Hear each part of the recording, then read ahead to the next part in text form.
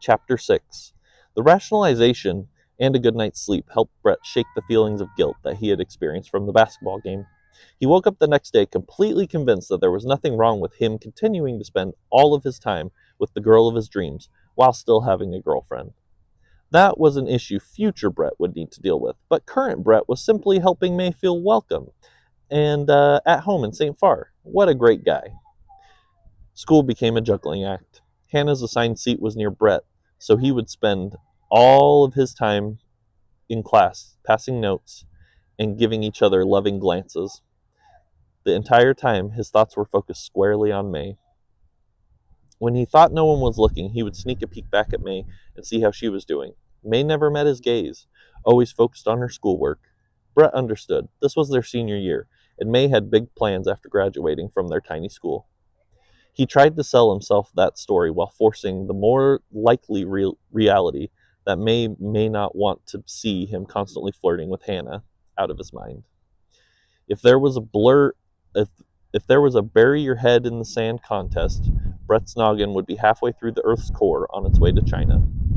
May thought she understood the situation completely. In her mind, one of two options could be true.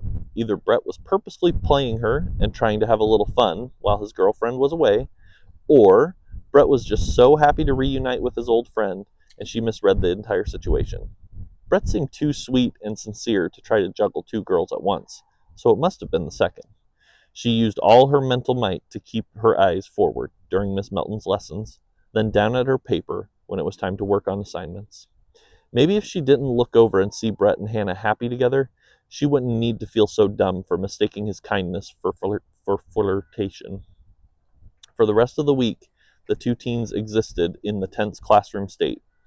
Both of them assumed they were right. Neither of them considered the other person was thinking about them, and either one of them decided to be a bit more presumptuous, the story may have a completely different ending. After school was difficult in a whole different sense.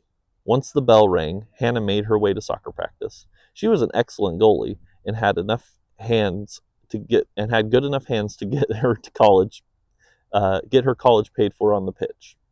With Hannah out of the picture, participating in sports and progressing toward her future, Brett decided it would be a good idea to see if May would like to help him occupy that same time.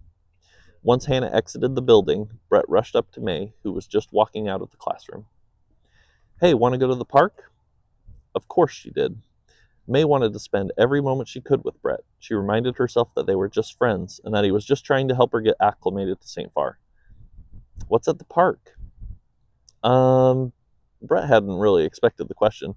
"There's a gazebo, a big Ferris, some picnic tables, a couple swings."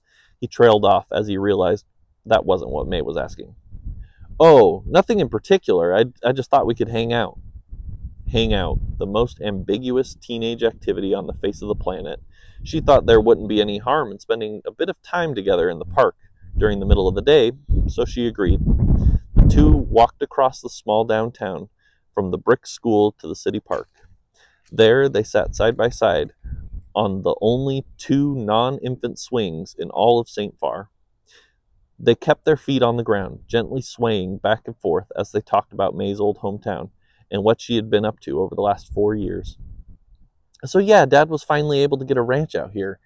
They said I could stay with my aunt and finish high school in Stockdale, but I figured I'd be leaving Texas for college anyway. Moving wouldn't make much of a difference at this point."